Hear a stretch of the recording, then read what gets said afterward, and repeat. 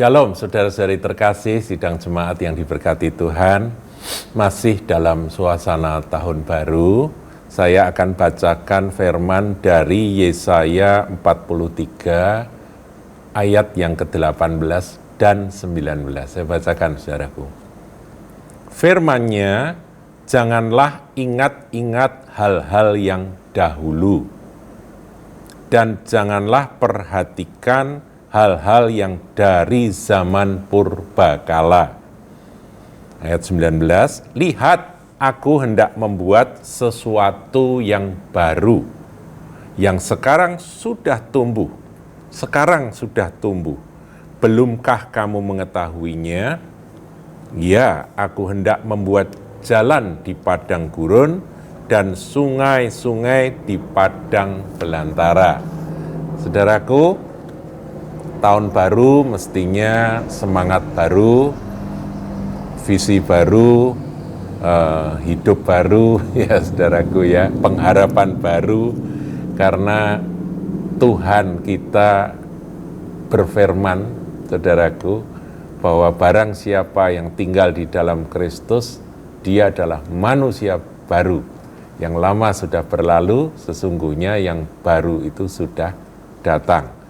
Nah, jadi kita ini harus senantiasa diperbarui, apalagi di tahun baru 2022 ini. Saudaraku, saya bandingkan akan ayat 18 yang tertulis dalam terjemahan LAI dengan versi NIV. Versi NIV lebih pendek, tetapi menarik untuk direnungkan. Yang dikatakan, janganlah ingat-ingat hal-hal yang dahulu itu, dan jangan perhatikan hal-hal yang dari zaman purbakala itu. Kalimat keduanya di versi NIV dikatakan do not dwell on the past. Nah, ini menarik. Dwell on the past itu artinya orangnya sudah ada di sini di tahun 2022, tapi hati, pikiran dan perasaannya masih ada di masa lalu. Nah, ini yang diperingatkan oleh Tuhan.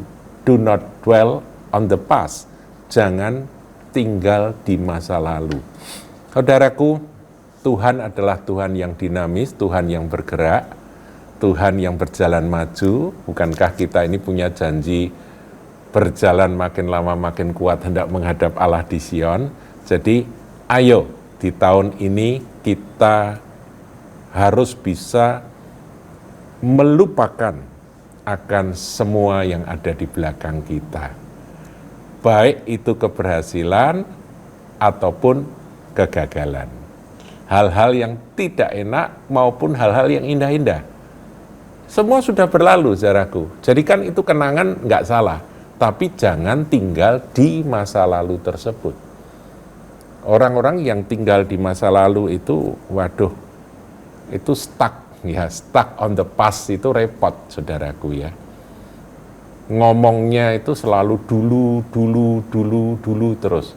Nah, sekarang bagaimana? Itu yang lebih penting kan.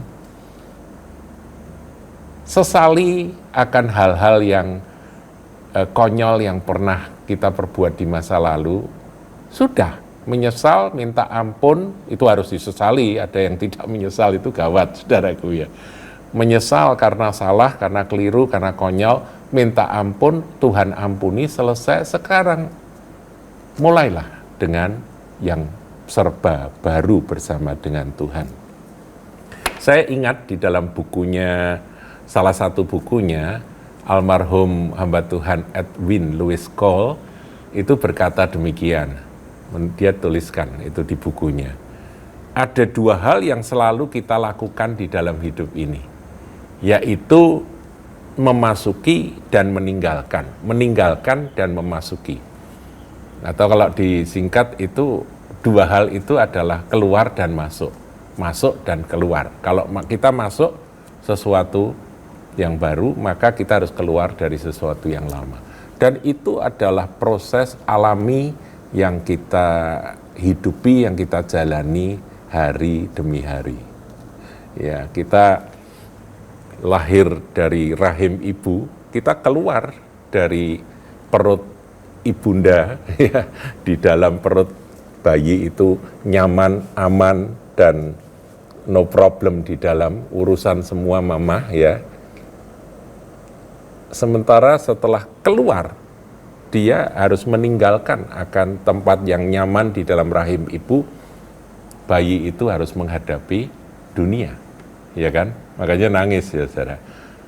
Selalu ada krisis setiap kali keluar dan memasuki, meninggalkan dan memasuki, meninggalkan rahim dan masuk dunia. Itu bayi. Setelah itu bertumbuh, ya bertumbuh itu kalau kita bagi dalam waktu-waktu, ya meninggalkan masa bayi, memasuki masa belajar jalan, begitu saudaraku. Itu ada keindahan-keindahan dan ada krisis-krisisnya saudaraku. Belajar jalan pasti pernah jatuh kan gitu ya. Pernah jatuh, pernah kebentur, ya nangis gitu ya, itu biasa. Nah, kemudian setelah batita, meninggalkan masa batita, memasuki masa balita, begitu ya. Kemudian meninggalkan masa baby ini, masuk masa sekolah, begitu ya. TK, bisa ada perkumpulan dengan teman-teman, bergaul, berkomunitas, ya bersosial, itu adalah kewajaran yang harus terjadi. Dia meninggalkan akan perlindungan di dalam rumah, ya nyaman di dalam rumah, masuk ke sekolah, ketemu sama teman-teman, ada yang baik, ada yang nakal gitu ya. Nah, itu ada krisisnya saudaraku. Keluar dan masuk itulah kegiatan yang selalu ada di dalam hidup kita sejak kita lahir. Kemudian kalau saya dulu ya, meninggalkan SD masuk SMP, sekarang enggak ya, SD SMP jadi satu saudaraku ya. Kemudian meninggalkan SMP masuk SMA, itu beda, itu ada krisisnya. Meninggalkan masa remaja, ada krisis identitas, masuk masa akil balik, masa dewasa begitu, itu ada semua saudaraku. Jadi kita ini harus keluar dan masuk. Nanti masuk masa kuliah begitu. Kemudian dari masa kuliah masuk masa kerja. Setelah kita keluar dari studi di universitas, kita harus kerja, bertanggung jawab untuk mencari uang. Kemudian ketemu jodoh, masuk pernikahan, hidup rumah tangga. Itu pun ada krisis-krisisnya saudaraku. Kita harus ngerti ini bahwa memang inilah hidup. Maka dari itu kita tidak perlu takut ketika kita memasuki sesuatu asal Tuhan beserta dengan kita. Ya, bahagianya orang kalau punya Tuhan itu dalam segala aspek kehidupan, perubahan yang terjadi dalam hidup ini, selalu ada Tuhan Yesus yang menyertai sampai akhir zaman. Amin, saudara. Kemudian meninggalkan masa dewasa, masa bekerja, nanti ada masa pensiun loh saudaraku ya, masa tua gitu ya, masa tua yang harus dimasuki, kita harus tinggalkan. Kalau kita mau lebih teliti hari demi hari, kegiatan Anda, kegiatan saya keluar masuk terus saudaraku isinya, keluar dari kamar, masuk kamar mandi ya, tidak lupa menggosok gigi begitu ya.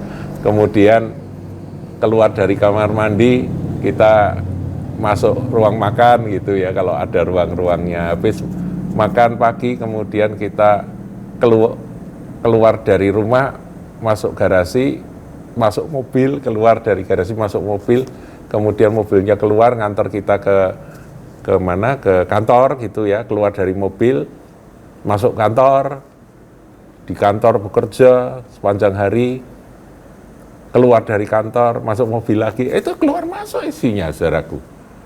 Ya semua dari hari ke sehari itu isinya begitu. Kita meninggalkan apa yang sudah lewat dan kita memasuki akan hari yang baru, itu setiap malam kita lalui ya.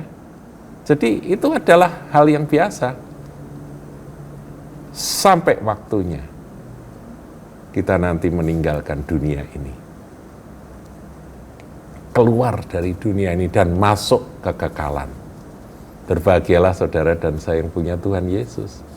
Jadi bekal yang Tuhan berikan dalam keluar masuk yang suka tidak suka, mau tidak mau harus kita jalani tersebut adalah janganlah ingat-ingat hal-hal yang dahulu, do not dwell on the past. Itu saudaraku ya. Jadi memori ini memang harusnya lebih banyak keluarnya, ke depannya, jangan ke belakang. Ke depan, apa yang aku bisa lakukan, apa yang aku bisa buat, konsultasikan dengan Roh Kudus, penasehat kita. Minta Tuhan nyatakan akan kehendaknya, kita buat untuk kita lakukan ke depan ini. Biar Tuhan disukakan, Tuhan dimuliakan melalui hidup kita yang dipenuhi dengan kegiatan keluar dan masuk tersebut. Nah, yang menarik di sini dikatakan, lihat aku hendak membuat sesuatu yang baru. Jadi Tuhan itu selalu mau bikin yang baru dalam hidup saudara, hidup saya. Ayo kita siapkan hati, kita song-song akan hari-hari baru di tahun 2022. Ada masalah bersama Tuhan kita lewati, ada tantangan bersama Tuhan kita hadapi. Kita percaya bahwa janjinya hendak membuat sesuatu yang baru itu terjadi di dalam hidup kita.